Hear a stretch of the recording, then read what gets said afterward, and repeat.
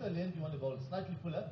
So Sean Pollock, they're talking about the little green patch on a good length there, and there's a lovely little juicy spot there for whoever's bowling from the pavilion end here to hit a nice little few inches there, and there's a lot of grass there to bowl into. So, but as I said earlier, the discipline is going to be important. They're going to have to bowl that length and that line and make batsmen play as much as possible. You want to bowl too wide, get it straight and get it fuller.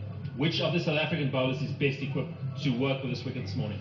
Well, Steyn, if he gets it right, I mean, he's definitely going to be dangerous. Philander, I think this wicket could just suit him perfectly because he nibbles it around, he bowls close to off stump, very straight, he forces you to play, and his length is generally good. Well, it has been in the last 2 test matches. So I think Philander will enjoy this, so will Steyn. Walker will have to bowl a touch fuller than he normally does if he wants to be effective. But having said that, I mean, the length he bowls may just trouble the Sri Lankans as well. Yeah, so South Africa with an interesting prospect there. We've got the swing bowler in